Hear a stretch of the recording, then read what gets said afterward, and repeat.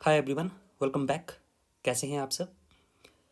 So this is part 2 of building and other construction workers act of 1996। So I hope आप सभी ने first part देख लिया होगा। That is part 1 of this act of 1996, है ना। And this is me Shubham Sharma. जैसा कि हमने पहले पार्ट में भी देखा था, है ना, उसमें हमने कुछ chapter 1, chapter 2, chapter 3 and chapter 3 और चैप्टर 4 तक के प्रोविजन जो है वो हमने देख लिए थे। आज जो हम बात करेंगे वो चैप्टर 5 और 6 के बारे में बात करेंगे इन पार्ट 2। ठीक है, और फिर जो बाकी रहता है उसको हम पार्ट 3 में कवर करने की कोशिश करेंगे, है ना। और this we have done in part 1। Clear? तो पढ़ना कैसे है, बस जितना मैं करवा रहा हूँ, जैसे मैं करवा रहा हूँ उतना याद रख लो। मोर देन सफिशिएंट है। एग्जाम में सब तरह के क्वेश्चंस जो है वो आपको बन जाएंगे अगर यहाँ से जितना मैंने करवाया उतना आप कर लोगे तो स्टार्ट करें आज के 2 chapter, that is building and other construction workers welfare board के बारे में हम पढ़ेंगे। और दूसरा chapter 6 which deals with hours of work, welfare measures and other conditions of services of building workers. तो अगेन इंपॉर्टेंट है। चैप्टर 5 कौन से टॉपिक के साथ डील करता है, दैट इज वेलफेयर बोर्ड। और चैप्टर 6 किसका डील करता है, आवर्स ऑफ वर्क या कंडीशंस ऑफ सर्विसेज के साथ। ठीक है जी, पहले चीज़ आपको ये ध्यान में रखनी है यहाँ से। क्लियर? आगे चलें। तो ये कुछ एक क्वेश्चन था जैसे कि under the building and other construction workers act of 1996 creche facilities are to be provided in every place, है ना। तो ये सेशन देख लो, पढ़ लो, सुन लो, उसके बाद आप इस क्वेश्चन को सॉल्व करने की कोशिश करना। डेफिनेटली आप इसको इजीली सॉल्व कर पाओगे। क्लियर? चलिए जी, स्टार्ट करते हैं। Chapter 5 deals with workers welfare board. ठीक है, एक वेलफेयर बोर्ड बनाया जाता है जो कि वर्कर्स की आवर्स ऑफ वर्क कितने होंगे, वेलफेयर फैसिलिटीज़ कौन कौन सी प्रोवाइड करनी है, किस तरह की और जो है वो उनको फैसिलिटीज़ दी जाएंगी, उन सब के बारे में जो है वो हम डिस्कस करेंगे। क्लियर? तो जैसे कि section 18 deals with constitution of state welfare board. अब यहाँ पे एक चीज़ जो आपको ध्यान में रखनी है, अगर आपको एग्जाम में ये आ गया लिख के, एक स्टेटमेंट लिखती मान लो कि under this act there is a provision for constitution of central welfare board, तो वो आंसर गलत होगा, वो स्टेटमेंट गलत होगी, बिकॉज यहाँ पे सिर्फ स्टेट वेलफेयर बोर्ड्स ही बनाए जाते हैं। ठीक है, क्लियर? और जो भी ये स्टेट वेलफेयर बोर्ड होगा ये एक बॉडी कॉर्पोरेट की तरह डील करेगा।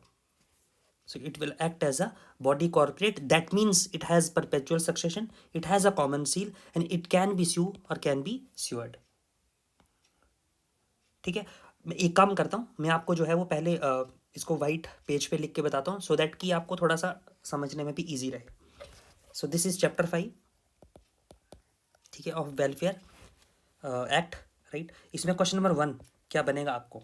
ठीक है, तो क्वेश्चन नंबर 1 आपको बनेगा, एक चीज़ थोड़ा सा ध्यान रख लो कि इसमें सेक्शन याद रख लो, है ना, ये वाला सेक्शन याद रख लो कि section 18 deals with workers welfare board. इतनी चीज़ पहले तो ध्यान में रख लो। ठीक है, सेकंड, यहाँ पे there is a provision for the constitution of state welfare board, state welfare board. ठीक है, तो याद रखना है आपको कि कोई सेंट्रल वेलफेयर बोर्ड नहीं है, सिर्फ स्टेट वेलफेयर बोर्ड जो है वो बनाया जाता है। और ये जो वेलफेयर बोर्ड है it act as a body corporate, it act as a body corporate, right, which has a perpetual succession. Perpetual succession का मैंने पहले भी मतलब बताया है काफ़ी बार। का मतलब क्या होता है कि अगर मान लो किसी सीईओ की या जो भी ऑनर है उसका डेथ भी हो जाती है तब भी वो बिजनेस चला रहता है, तब भी वो बॉडी कॉर्पोरेट बनी रहती है, क्योंकि फिर नया ऑनर, नया सीईओ जो है उस कंपनी के लिए बना दिया जाता है। तो ये कभी ख़त्म नहीं होती उस किसी हेड के डेथ के केस में या इस तरह के किसी इवेंट में, राइट।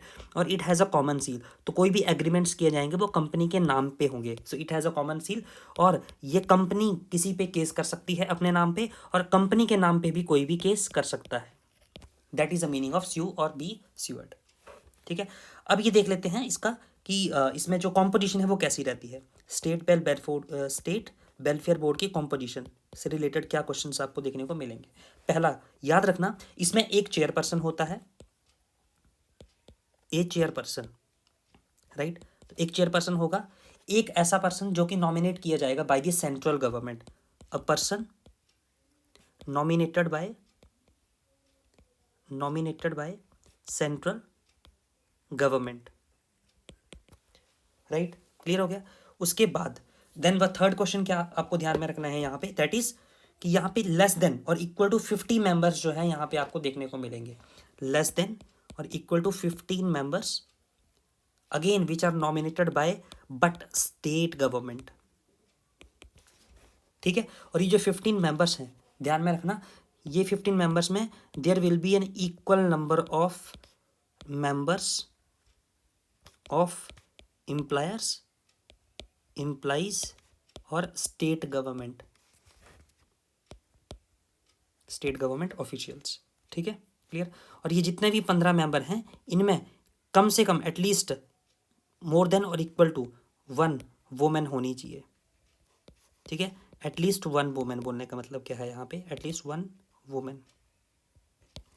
तो अब आपको याद क्या रखना है कि अगर आपको क्वेश्चन आ गया स्टेट वेलफेयर बोर्ड की कॉम्पोजिशन से, इस बोर्ड में कौन कौन होता है, तो इस बोर्ड में एक चेयरमैन होगा, एक सेंट्रल गवर्नमेंट मेंबर नॉमिनेट करेगी, और 15 या 15 से कम मेंबर जो है वो स्टेट गवर्नमेंट नॉमिनेट करेगी। ठीक है, और ये जो 15 मेंबर हैं, इनमें एम्प्लॉयर्स के रिप्रेजेंटेटिव होंगे, एम्प्लॉइज के रिप्रेजेंटेटिव होंगे और स्टेट गवर्नमेंट के रिप्रेजेंटेटिव होंगे, किसमें, इक्वल नंबर में। ठीक है, और ये जितने भी 15 मेंबर हैं, इसमें कम से कम एक वुमेन तो होनी ही चाहिए, दैट इज इंपॉर्टेंट। ठीक है, यहां तक समझ में आ गया। नाउ थर्ड क्वेश्चन, बोर्ड से ही रिलेटेड। अभी हमने पढ़ा कि इसकी कंपोजिशन में चेयरपर्सन होगा, एक सेंट्रल गवर्नमेंट द्वारा नॉमिनेटेड पर्सन होगा और स्टेट गवर्नमेंट के कुछ नॉमिनेटेड मेंबर होंगे। ये तो किसने नॉमिनेट किए, ये किए सेंट्रल गवर्नमेंट। अच्छा, ये चेयरपर्सन भी कौन नॉमिनेट करेगा, सेंट्रल गवर्नमेंट ही करेगी। ठीक है, अच्छा, अब इसमें जो एक नई चीज़ आपको ध्यान में रखनी है कि ये जो बोर्ड है, स्टेट वेलफेयर बोर्ड है, ठीक है, ये एक सेक्रेटरी को भी अपॉइंट करेगा, अपॉइंट सेक्रेटरी।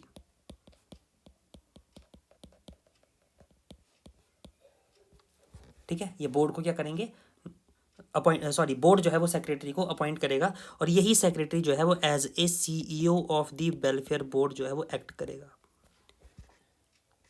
तो अगर आपसे क्वेश्चन पूछ लिया कि इस बोर्ड का सीईओ कौन होगा, the answer is secretary of the board. और सेक्रेटरी ऑफ द बोर्ड को अपॉइंट कौन करेगा, द आंसर इज खुद वेलफेयर बोर्ड। इसको कोई central government, state government appoint नहीं करेगी। ठीक है जी, क्लियर, समझ में आ गया। अब चलते हैं थोड़ा सा इसको, इसकी मीटिंग्स को भी देख लेते हैं, है ना, कि इसमें मीटिंग्स चैप्टर 5 हम बात कर रहे हैं। एंड हमने अभी तक 3 क्वेश्चंस देख लिए हैं। फोर्थ क्वेश्चन क्या पूछा जा सकता है इसकी मीटिंग से। ठीक है जी, क्लियर, ओके। अब इनकी मीटिंग्स में इन केस मान लो पहली कंडीशन है कि अगर मान लो चेयरपर्सन एब्सेंट है, कोई मीटिंग चल रही है, या मान लो कोई मीटिंग होती है और उस मीटिंग को नॉर्मली प्रिसाइड कौन करेगा, चेयरपर्सन। नॉर्मली चेयरपर्सन जो है वो प्रिसाइड करेगा किसको, he will preside the meeting of the board. ठीक है जी, समझ में आता है, चेयरपर्सन है तो वही प्रिसाइड करना चाहिए। बट अगर इन केस चेयरपर्सन एब्सेंट है, चेयरपर्सन जो है वो उस मीटिंग में अवेलेबल नहीं है, तो चेयरपर्सन जिस मेंबर को नॉमिनेट करेगा, जिस मेंबर को नॉमिनेट करेगा, वो पर्सन जो है वो मीटिंग को क्या करेगा, प्रिसाइड करेगा। ठीक है, तो पहली कंडीशन क्या थी कि चेयरपर्सन प्रिसाइड करेगा मीटिंग को। दूसरी कंडीशन कि अगर चेयरपर्सन एब्सेंट है तो जिस भी पर्सन को, जो भी बोर्ड के मेंबर्स हैं उनमें से किसी को जो भी नॉमिनेट करेगा, वो जो है वो बोर्ड को क्या करेगा, प्रिसाइड करेगा। अगर जो पर्सन उसने नॉमिनेट किया वो भी एब्सेंट है, तो उस केस में एनी अदर इलेक्टेड मेंबर, मतलब फिर बोर्ड डिसाइड करेगा कि कौन जो है वो प्रिसाइड करेगा मीटिंग्स को। ठीक है, तो वो पर्सन जो है वो प्रिसाइड करेगा मीटिंग्स को। तो पहली कंडीशन चेयरपर्सन, दूसरी condition person nominated by the chairperson, तीसरी condition a person which is elected by the board, वो जो है वो क्या करेगा, प्रिसाइड करेगा मीटिंग्स को। ठीक है जी, अब ये जो मीटिंग्स हैं इनमें डिसीजन कैसे होते हैं, मीटिंग्स के डिसीजंस कैसे लिए जाएंगे। So these decisions were taken as a majority of members present and vote.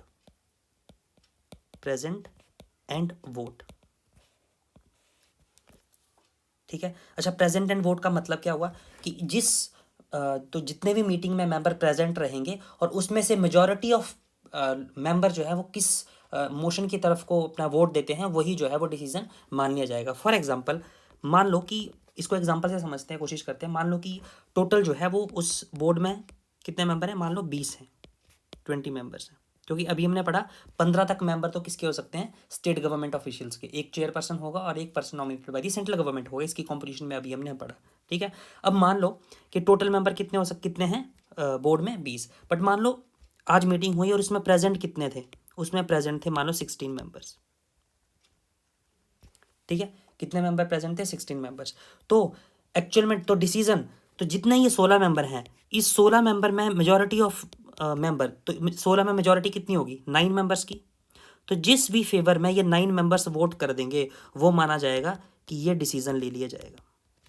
तो यहाँ पे जो मेजॉरिटी है वो क्या है, क्योंकि प्रेजेंट कितने थे, 16। हम ये नहीं बोल रहे कि टोटल मेंबर का मेजॉरिटी देखनी है, नहीं, हम बोल रहे हैं total number of members present, present कितने हैं, 16, एंड देयर वोट, किस मोशन की तरफ को वो वोट करते हैं, वो जो है वो डिसीजन मान लिया जाएगा। तो इस केस में जिस भी तरफ को 9 मेंबर्स जो है वो वोट करेंगे वो क्या मान लिया जाएगा कि ये डिसीजन हो गया। अब एक और कंडीशन भी हो सकती है कि मान लिया कि इन 16 मेंबर्स में से एक कंडीशन तो है कि 9 लोगों ने एक तरफ को वोट कर दिया, तो मेजॉरिटी आ गई, जीत गए।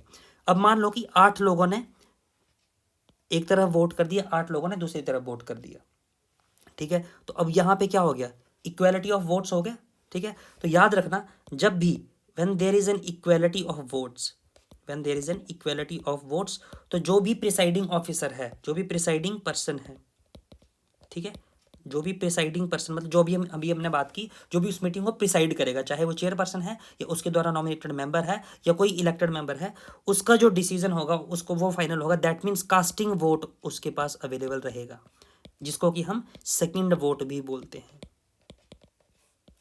तो कास्टिंग वोट की पावर किसके पास है, प्रिसाइडिंग पर्सन के पास। क्लियर, यहां तक समझ में आता है, कोई दिक्कत तो नहीं है, ठीक है, आगे बढ़ें। ओके, क्वेश्चन नंबर 5 क्या पूछा जा सकता है, it is related to, hey guys, if you think that ये जितना भी कंटेंट आपको करवाया जा रहा है ये आपके लिए यूज़फुल है, तो आप इसको कम्प्लीटली एक्सेस कर सकते हैं। आपको उसके लिए अनस्टॉपेबल एजुकेशन ऐप डाउनलोड करनी है। ये इस तरह का आपको लोगो वहाँ पे ऐप में देखने को मिलेगा, और वहाँ पे जाके आप इस कंटेंट को कम्प्लीटली एक्सेस कर सकते हैं। वहाँ पे कंप्लीट आपको नोट्स, लेक्चर्स दिए जाएंगे, प्रॉपर 1-to-1 मेंटरिंग वहाँ पे प्रोवाइड की जाती है, PYQ एनालिसिस और मॉक क्वेश्चंस भी आपको वहाँ पे दिए जाएंगे, राइट। तो अगर आपको लगता है कि आप UGC नेट के लिए लेबर लॉज HRM कोड 55 का तैयारी कर रहे हैं, तो आप वहाँ पे ऐप पे जाके इस कोर्स में एनरोल होकर जो है वो कम्प्लीटली इस एक्सेस कोर्स को, इस कॉन्टेंट को एक्सेस कर सकते हैं। Thank you so much guys. इसके लिए आपको करना क्या है, ये ऐप डाउनलोड करनी है। वहाँ पे आपको, जैसे कि मैंने कहा, complete syllabus, recorded live PYQ analysis, doubt sessions, mentoring will be there. In nutshell, यहाँ पे एक बार पढ़ने के बाद आपको कुछ भी एक्स्ट्रा पढ़ने की, देखने की ज़रूरत नहीं है। ना आपको कोई बुक्स फॉलो करनी है, ना आपको कहीं से मॉक पेपर लगवाना है, ना आपको खुद से कोई PYQ एनालिसिस करना है। हर एक चीज़ जो है वो वहाँ पे आपको करवाई जाएगी, right. So thank you so much, thank you.